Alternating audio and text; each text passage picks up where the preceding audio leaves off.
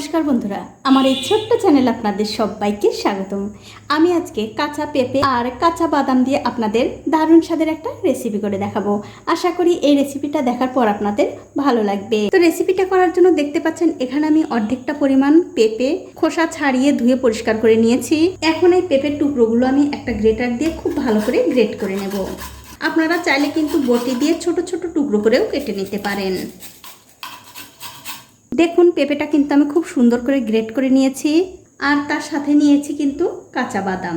এখন আমি অর্ধেকটা পরিমাণ কাঁচা বাদাম একটা মিক্সিং জারে দিয়ে দিলাম, তার সাথে দিয়ে দিলাম একটুখানি জল। এবারে মিক্সিতে ঘুরিয়ে একটা পেস্ট বানিয়ে নিতে হবে। দেখুন বাদাম কিন্তু আমি খুব ভালো করে বেটে নিয়েছি।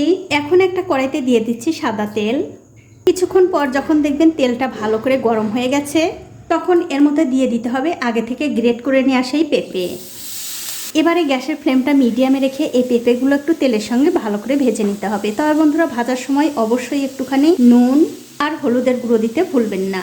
এবারে সব কিছু মিশিয়ে এই পেঁপেটা একটু ভালো করে ভেজে নিতে হবে। দেখুন পেঁপে কিন্তু আমি খুব ভালো করে ভেজে নিয়েছি। এখন এই পেঁপেগুলো তুলে আমি অন্য একটা পাত্রে রেখে দিচ্ছি। এবারে ওই কড়াইতে আরও একটু তেল দিয়ে দিলাম।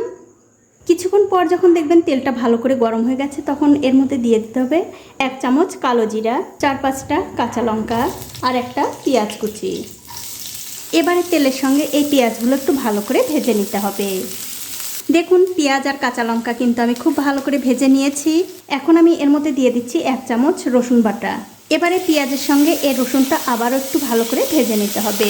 যতক্ষণ না পর্যন্ত এই রসুনের কাঁচা গন্ধ যাচ্ছে ততক্ষণ কিন্তু ভাজতে হবে।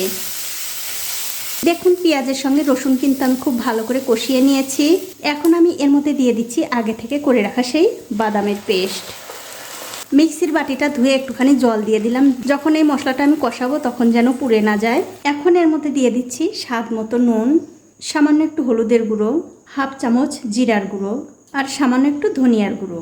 এবারে সব মশলার সঙ্গে এই বাদাম বাটা খুব ভালো করে কষিয়ে নিতে হবে। আর আমার এই ছোট্ট চ্যানেলটি যারা সাবস্ক্রাইব করেছেন তাদেরকে অনেক ধন্যবাদ, আর যারা সাবস্ক্রাইব করেননি তাদেরকে সাবস্ক্রাইব করে নেওয়ার অনুরোধ রইল। দেখুন মশলাটা কিন্তু আমি খুব ভালো করে কষিয়ে নিয়েছি। আর বন্ধুরা এই মশলাটা যত ভালো করে কষাবেন এই রেসিপিটা খেতে কিন্তু ততই ভালো লাগবে। এখন আমি এর মধ্যে দিয়ে দিচ্ছি আগে থেকে ভেজে রাখা সেই পেঁপে। এবারে পেঁপের সঙ্গে এই মশলাটা খুব ভালো করে মিশিয়ে নিতে হবে। আর বন্ধুরা আপনারা কিন্তু এই রেসিপিটা নিরামিষভাবেও খেতে পারেন, পেঁয়াজ রসুন ছাড়া। খেতে কিন্তু দুর্দান্ত হয়। আপনারা একদিন হলেও বানিয়ে খেয়ে আমাকে কমেন্ট করে জানাতে ভুলবেন না আপনাদের কেমন লাগলো। আর আমার এই রেসিপিটা যে সকল বন্ধুরা ফেসবুক থেকে দেখছেন তাদের কাছে আমার একটাই অনুরোধ, অবশ্যই আমার এই পেজটিকে ফলো করে দেবেন। তাহলে যখনই আমি নতুন কোনো ভিডিও নিয়ে আসবো সবার আগে কিন্তু আপনি দেখতে পাবেন। আর এরকম করে কিন্তু খুব ভালো করে মিশিয়ে নিতে হবে। দেখুন মশলার সঙ্গে পেঁপেটা মিশিয়ে দিয়ে আমি আরও 3-4 মিনিট সময় ধরে খুব ভালো করে রান্না করে নিয়েছি। এখন আমি এর মধ্যে দিয়ে দিচ্ছি একটু ধনেপাতা কুচি।